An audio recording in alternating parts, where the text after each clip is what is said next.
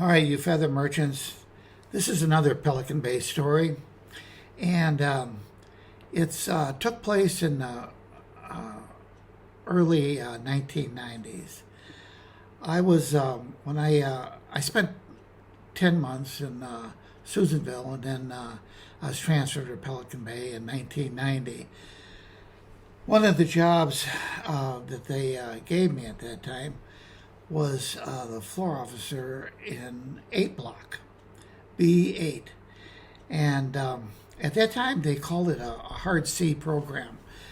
The inmates, they couldn't go to the GP yard. They could only go to concrete yard. It wasn't ad seg or anything like that. And I can't remember why, but they had to do a certain amount of time in that building without killing somebody, and then they'd transfer them to another building and they could go to general population yard. I no sooner got the assignment, and there was a guy there they called the Alphabet Bomber, not to be confused with the Unabomber, but if they'd have known each other, they would have been friends because they kind of had the same idea. Anyway, he was very skilled with chemical agents where he could make bombs out of nothing, and that's why he was in Pelican Bay. But anyway, I just got in there, and he wanted to come down and talk to me. And so the control booth officer let him in the office, and he told me, he said, "Look, I know you're not fooling anyone." He says, "You're either CIA or FBI, and you're here because of me."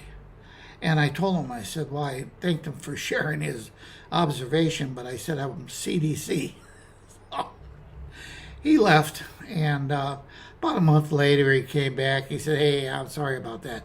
He said, "Yeah, I believe you. I think you're CDC. You just came into this job at an older age, and you certainly look like an FBI agent or CIA." And anyway, then, well, it was kind of a relief because I knew he wasn't going to blow my office up. And I remember another guy, the whole building was full of desperados, but there was another guy in C section, and tall black guy, well built. And when you talk to him, you think, yeah, he's pretty normal, but he had a few screws loose. I went to search his cell when he was on the concrete yard, and I couldn't help notice he was like a sculpture. He was making poop ponies. He was making figurines out of his feces and letting them dry, and they're on his desk. And then he's writing messages on the wall in feces. Well, I didn't search his cell naturally, and I told him, I said, "Look, if you don't clean that cell up, I will have the goon squad come over here and take you in the basement." And we didn't have any basement, and I was just making a story up, but he believed me, and he cleaned the cell up. He cleaned it up, and it was about a month later. He stopped doing that, and then a month later, I see him, and he's got feces in his hair, and he had one of those hair styles where you got spikes sticking out of his head, and they got feces on him. And I told him, I said, "Oh, no, you can't do that." And he said it's an addiction. He says he can't stop it. And I told him, I said, "Look," I said, "if when you have this urge to do this again, just put peanut butter in your ear, and but don't put feces in there." So he said, "Okay." And I'll be darned if that guy, every once in a while, you'd see him, and he'd have peanut butter on the spikes of his head. Anyway, that we were having a lot of stabbings back then, on the yard, really a violent yard. And I remember we very seldom would you go to an alarm and something major was happening. And I remember going to 7 block alarm.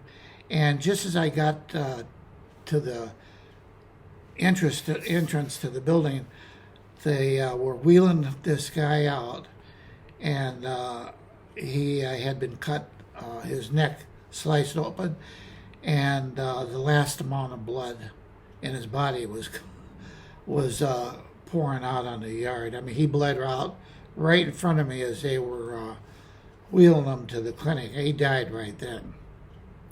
And then another one. It was not long after that. I think it was in 5 block, in front of 5 block or 6 block, and ran to alarm, and there's a guy that had been sliced across his face, and it was so deep I could see his teeth from inside his cheek without him opening his mouth, you know. And then there was a guy. I remember it was raining. It used to rain a lot there in the rainy season. Oh my God, that place rains. And when you look out on the yard, I was out on the roadway underneath the Tower Gunner with a couple other officers, and we're watching the yard. Invariably, something's going to happen, you know. So we're watching the yard, and I saw an inmate. I knew who he was, and he was walking towards us. Like I said, it's raining. They're all got their yellow jackets on, and he's got his hand on his neck, and he's got a real terrified look on his face. And he moved his hand just momentarily, and the blood spurted out. I bet it must have went 12 feet in the air. It was unbelievable. And then he put his hand back on his neck, and we let him out the gate and got him in the clinic. And I don't remember if he died en route to the hospital or he actually made it to the hospital and died. But it was like a lot of senseless deaths, you know. There was another guy that were in the same location on the yard, and I'm pretty sure it was raining that day too.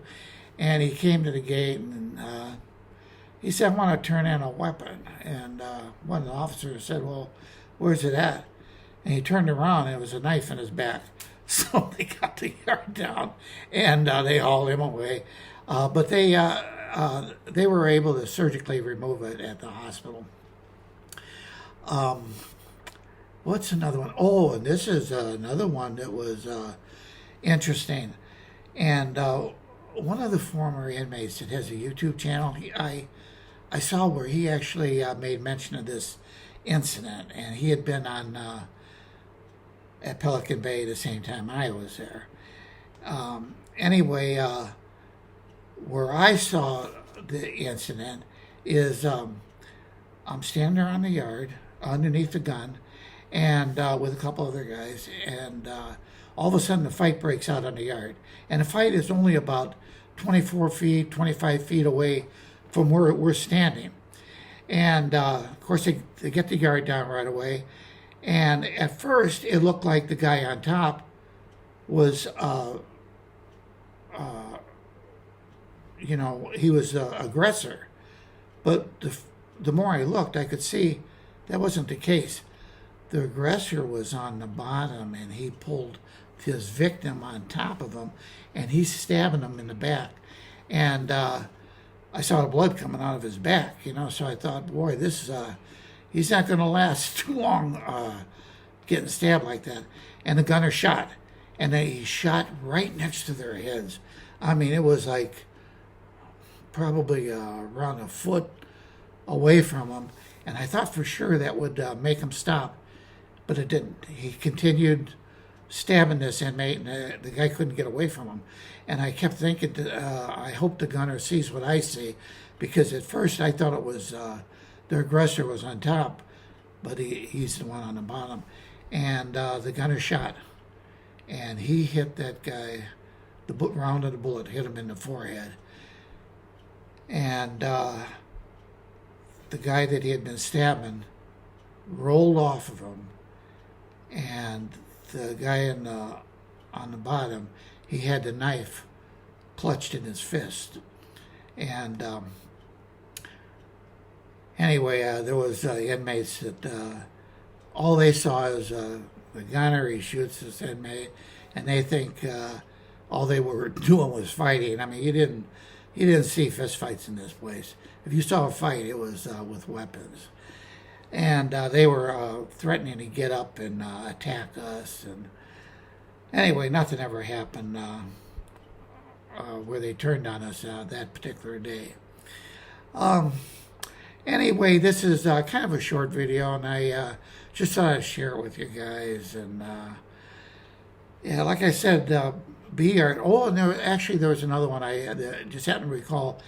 We had weights on the yard back then. Some of those guys, boy, there were some big dudes, and a lot of them were benching. There were some of them benching 400 pounds. Well, anyway, a fight broke out in the yard, and this tall black guy, he's throwing weights, dumbbells, on another inmate, and they're trying to get him to stop. He's not going to stop. And that's real serious. And the gunner took the shot, and you can see where he hit him. His body kind of jerked a little bit, but he stood up. He's still standing, and I believe he was shot twice before he went down.